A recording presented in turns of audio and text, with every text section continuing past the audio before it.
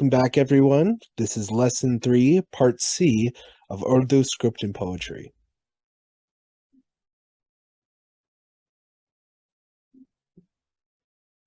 All right, so before we get going, let's do the reading. So I'm going to read and you read after me. Na, Bahar, hai, na, naghma. Wow, Allah, Ghan, you really did the Ghan. Ghan is this one here. Na chaman, na, ashiya, na. Very good. Na, meri, koi, kahani, na, mera, koi, fasana. Okay. So here we have the Urdu's N, let's go back to this is our letter N, and the beginning form, and this I think is 9. So I'm going with this says 9. This is the word sanam, and here this is swad, and we'll look at that. So noon, it's this letter here. This is the standalone form, and it can show up at the end, or when it shows up at the end, you can have this form. Let's do some beginning examples. So beginning, when the letter noon, which is our Urdu's N, right? So when it shows up in the beginning of a word, it looks like, for instance, let's do the word naan. So I just wrote N. Oops, I wrote the N sound, the N letter, and then the Aleph, and then another N. So we got N, A, N. And who's not had a naan yet? This bread, right? Okay. Before we move on, let's do this. So we have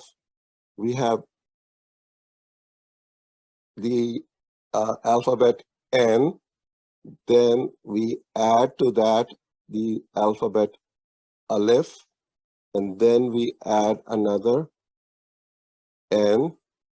So we got noon, Aleph, noon, and this equals naan. N is in the beginning, right? Let's do when it's in the middle. When the letter, the Urdu alphabet noon, when our little N shows up in the middle, so I have the word sanam.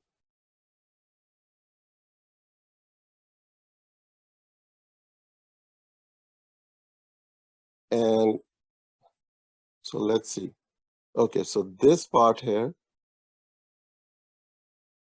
this is our S sound.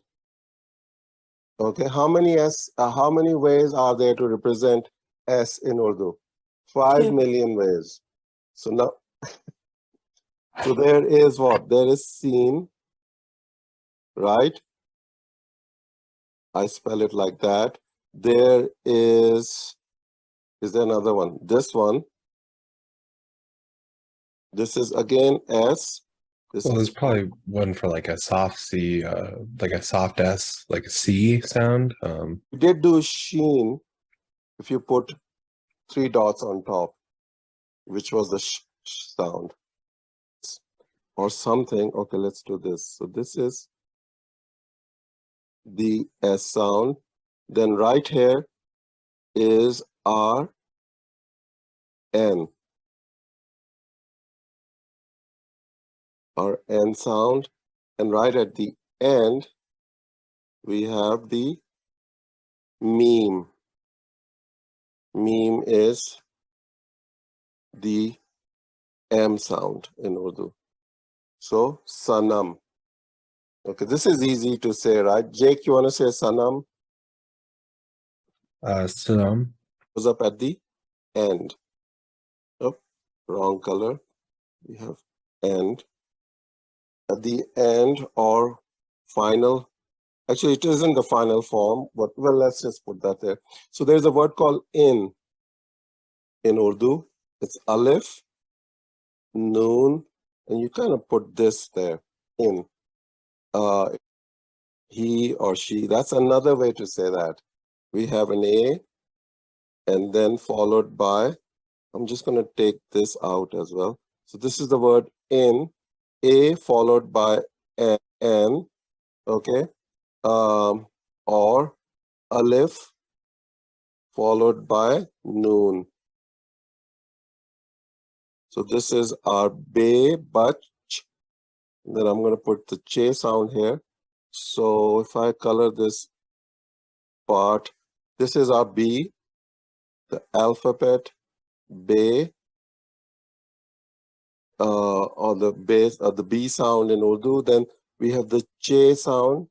And if you put these 3 dots below it, you get this Urdu alphabet, che, C-H-E, that's a cha-cha sound. And then bach, pan, we need a P sound right here. And that means another 3 dots.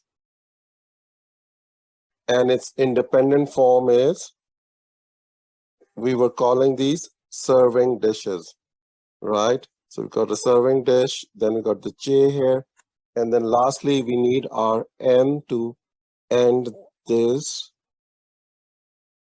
word, bachpan. Bachpan. So who knows what bachpan means? Childhood. Nahma. Right? So that's our na, this is our phrase. Na, which means no, and nahma means song. So in the letter, in the word nahma, we have an N, we have a noon, then we have a ghan,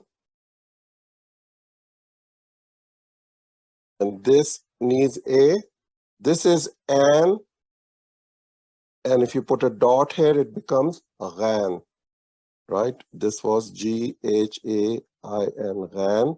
And then this is, can anybody guess? Tell anybody, volunteers, what letter is that, or what word is it? I'm going to make this into red here.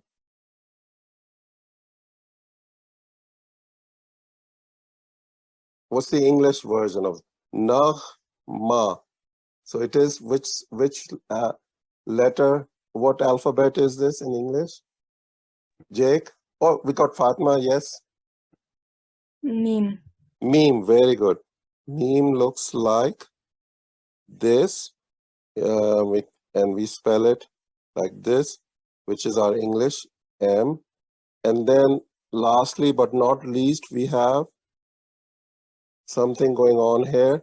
And this thing is our choti he, the H sound right at the end. Okay, so that was Nahma. Amen. Na bahar hai, na nagma, na chaman, na ashiyana. ना मेरी कोई कहानी, ना मेरा कोई फसाना।